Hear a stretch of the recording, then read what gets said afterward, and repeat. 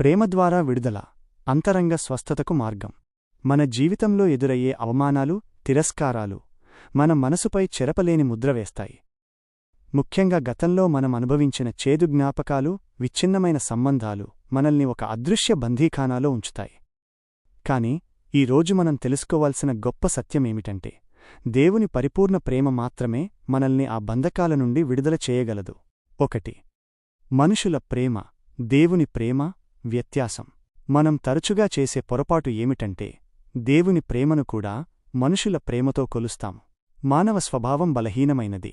ఎంతటివారైనా సరే తమ స్వార్థం వల్లనో లేదా అపరిపక్వత వల్లనో ఇతరులను గాయపరుస్తారు. కాని దేవుడు పక్షపాతి కాదని, ఆయన అందరినీ ఒకేలా ప్రేమిస్తారని అపొస్తలుల కార్యములు 10వ అధ్యాయం 34వ వచనము స్పష్టం చేస్తోంది. మనుషుల ప్రేమ షరతులతో కూడుకున్నది, కండీషనల్ లవ్. కాని దేవుని ప్రేమ అనియతమైనది, అన్కండీషనల్ లవ్. ఆయన మనల్ని ప్రేమించేది మన ప్రవర్తనను బట్టి కాదు, ఆయన స్వభావమే ప్రేమ అయి ఉన్నందున ఆయన మనల్ని ప్రేమిస్తున్నారు. 2. రక్షణ గోడలు మరియు నిరాశ. గతంలో గాయపడినవారు భవిష్యత్తులో కూడా గాయపడతామేమో అన్న భయంతో తమ చుట్టూ అభేద్యమైన గోడలు నిర్మించుకుంటారు. ఇది వారిని ఇతరులకు మాత్రమే కాదు, దేవుని ప్రేమకు కూడా దూరం చేస్తుంది. మరికొందరు దేవుడు మాత్రమే ఇవ్వగలిగిన తృప్తిని తమ భాగస్వామి లేదా స్నేహితుల నుండి ఆశిస్తారు. మనిషి ఎన్నటికీ దేవుని స్థానాన్ని భర్తీ చేయలేడు, అందుకే అటువంటి సంబంధాలు విఫలమవుతుంటాయి. మత్తయి సువార్త 26వ అధ్యాయం 41వ వచనము చెప్పినట్లు, ఆత్మసిద్ధమే కాని శరీరము బలహీనము. ఈ బలహీనతను గుర్తించినప్పుడే మనం మనుషులపై అతిగా ఆధారపడటం మానేస్తాము. 3. భయాన్ని వెళ్లగొట్టే పరిపూర్ణ ప్రేమ. 1 యోహాను 4వ అధ్యాయం 18వ వచనము ఒక అద్భుతమైన వాగ్దానాన్ని ఇస్తుంది. ప్రేమలో భయముండదు, పరిపూర్ణ ప్రేమ భయమును వెళ్లగొట్టును. మనం తప్పు చేసినప్పుడు దేవుడు మనల్ని శిక్షిస్తాడనో లేదా అసహించుకుంటాడనో భయపడతాము. కాని దేవుని ప్రేమ మన విజయాలమీద ఆధారపడిలేదు, మనల్ని తన అరచేతుల మీద చెక్కుకున్నాడని యెషయా 49వ అధ్యాయం 16వ వచనము చెబుతోంది. 4. అపవాది చేసే కుయుక్తి, నేరారోపణ. మన ఆధ్యాత్మిక ఎదుగుదలను అడ్డుకోవడానికి సాతాను వాడే ఆయుధం నేరారోపణ, గిల్ట్. మనం చేసిన చిన్న తప్పులను కూడా భూతద్దంలో చూపిస్తూ దేవుని ప్రేమకు మనం అర్హులం కాదని వాడు భ్రమింపజేస్తాడు.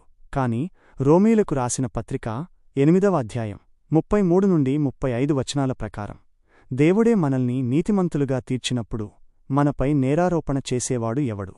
క్రీస్తు ప్రేమ నుండి మనల్ని ఏదీ ఎడబాపలేదు. ముగింపు. మనం చేయవలసిన అభ్యాసం. స్వస్థత అనేది ఒకే రోజులో జరిగే మాయ కాదు, అది ఒక ప్రక్రియ. దేవుని ప్రేమను పొందుకోవడానికి ఈ క్రింది విషయాలను పాటించండి. అంగీకరించండి. మీరు దేవుని చేత ప్రేమించబడుతున్నారని ముందుగా మీ మనసుతో నమ్మండి. ప్రకటించండి. ప్రతిరోజూ అద్దం ముందు నిలబడి దేవుడు నన్ను ప్రేమిస్తున్నాడు అని బిగ్గరగా చెప్పుకోండి. జ్ఞాపకార్థ పట్టిక. దేవుడు మీ జీవితంలో చేసిన చిన్న చిన్న మేలులను ఒక పుస్తకంలో రాసుకోండి. నిరాశ కలిగినప్పుడు వాటిని చదువుకోండి. ప్రార్థించండి. దేవుని ప్రేమను అనుభవపూర్వకంగా తెలుసుకునే శక్తిని ప్రసాదించమని పరిశుద్ధాత్ముణ్ణి అడగండి. మనల్ని మనం ప్రేమించుకోలేనప్పుడు ఇతరులను ప్రేమించలేము. కాబట్టి ముందుగా దేవుని ప్రేమను నిండుగా పొందుకోండి. అప్పుడు ఆ ప్రేమ మీ ద్వారా ఇతరులకు ప్రవహిస్తుంది. ప్రేమగల పరలోకపు తండ్రి, నీ అద్భుతమైన మరియు నిబంధనగల ప్రేమ కోసం నీకు వందనాలు. నా గతంలోని గాయాల వల్ల, అవమానాల వల్ల నా చుట్టూ నేను కట్టుకున్న భయమనే గోడలను ఈ సమయమందు నీ నామంలో కూల్చివేస్తున్నాను. దేవా, మనుషుల ప్రేమ కోసం ఆశపడి నేను పొందిన నిరాశల నుండి నన్ను విడిపించు.